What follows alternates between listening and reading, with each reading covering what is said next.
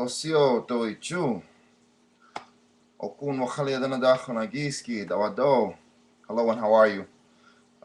Chief Eagle Spirit Dancing. My name is, or should I say my name is Chief Eagle Spirit Dancing of the Cherokee Blackfoot Cultural Circle. Again, before you today, listening audience, on a very controversial issue, another very controversial issue regarding indigenous peoples here in the Americas, issues that have been um, um, um, um, brought to this physical reality by forces outside of our perimeter, um, not through our own vices or not through our own doing, um, but brought on by others who wish to tear us apart, divide, and conquer us basically all over again in our strive for redemption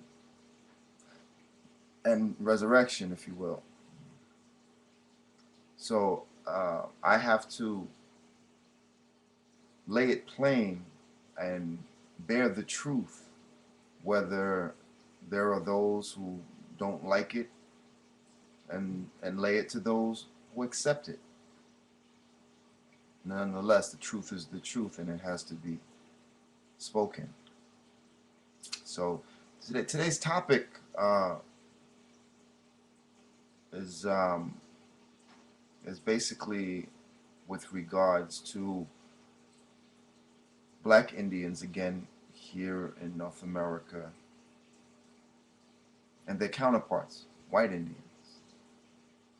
Um, or should I say black or brown Indians, basically all fit somewhere into the same category, whether people want to identify as being brown or black um, or light skinned or even fair skin or red skin. But there is an issue of the darker hue Indians in comparison to their, again, counterpart, the white Indians in this country.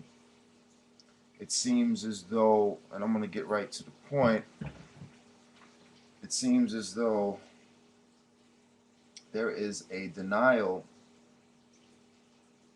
within the government if you have, or you are a product of mixed parenting when it comes to indigenous peoples in particular, uh, that if you're mixed and your father is black, African American, or black, period, whether he comes from North America or South America, and he's mixed with an indigenous person, whether it be a female indigenous person, there is somehow um, a refute, if you will,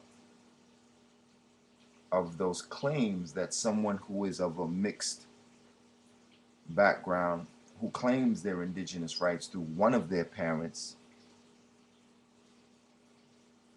and in finding that their parents are not, quote, full blood, um, that they are denied more so accessibility to exemptions, whether it be tax or for restitution, reparations, or what have you. There is more dispute, more denial when in finding that there is a person who claims that they are not just biracial, but they are indigenous. They don't claim to be black, which one of their parents are. They claim their indigenous side for whatever reasons. To this I say, if a person has a parent that is native, whether full or half blood, whether the parent is a full blood or half blood, and the child comes up learning that his mother or his father is half blood or full blood, that child has the right to claim wholeheartedly, because then it's not about the blood anymore. It's about the culture, the heritage, the moral. You don't hear much of that, you know, within people's, when they talk of their culture, their heritage. They don't talk about morals, or they might say, spiritual values, or but heritage doesn't mean what you make. It's who you are as an individual, as a tribe, as a nation. These things all correlate. You can't have one without the other. Have a heritage, and then you are immoral, and then be proud. It doesn't add up. It makes no sense. Um, and there are some people who are misguided. They see the outward part of the culture, and then they say, oh, yeah, I love it. This is something that I want. It's in my family. Cool. That's to be expected in most cases, because we are people who have been lost to a lot of our culture and history. Um, but there are things that need to be understood. That there are foundations that were laid that have been turned upside down. Spiritual values, if you will, um, good judgments, righteous acts, how we lived towards one another. Notice that in indigenous times, or should I say before European contact, in our teepees, in our houses, in our wigwams, in our in the pueblos, there were no locks on our doors. We didn't have locks on our doors, because if you were a thief to that effect, you would be cast out or killed in some cases. So crime wasn't out, how should I put it, a major factor in our communities, because before it got a chance to grow and fester, it was dealt with quickly and appropriately. So um,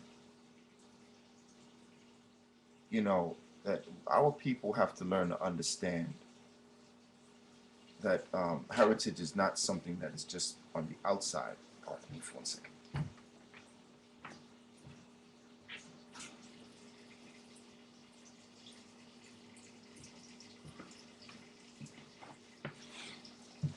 Um, so yeah, getting back to the heritage aspect and the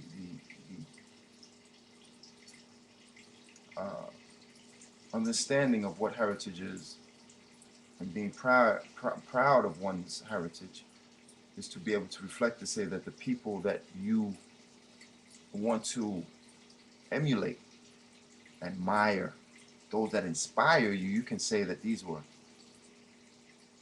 people likened unto the Great Spirit in their actions, in their words, their deeds. Uh, a lot of people don't look at that. We look at the things that are done with hands, made with hands. Say, yeah, that's beautiful. Yes, it is. I don't take anything away from works that are done with hands in terms of a man who builds a house for his family, a woman who takes care of the house. And I'm not being gender biased here or stereotypical, because there have been women throughout history who have built houses. So don't twist this into a gender bias comment that I just made. Please don't temper my comments or my lecture here. Now I'm digressing just a little bit off of the topic, but again, this all it corresponds one with the other. But getting back to getting back to and what the topic of this discussion is, excuse me, the topic of this lecture that I'm giving is Black Indian denied, white Indians accepted. The history in this country has shown us that we have made some strides from retrospectively speaking to today. But going back 150 years, the darker Indians that were not red Indians had been pushed and pushed and pushed all into one category as being African American. And this is one of the biggest lies perpetuated here in North America, that all black people who were here, whether straight hair, curly hair, coarse hair, were brought over here on the slave ships. Just not true. We can say that yes, maybe 70 to 80% of the Africans who were brought here were in fact brought here on the slave ships. Yes, but there is that 10 to 15% of indigenous peoples who were black and who were brown, who had been here for thousands of years. They were not African. They were not brought here on the slave ships. They were here.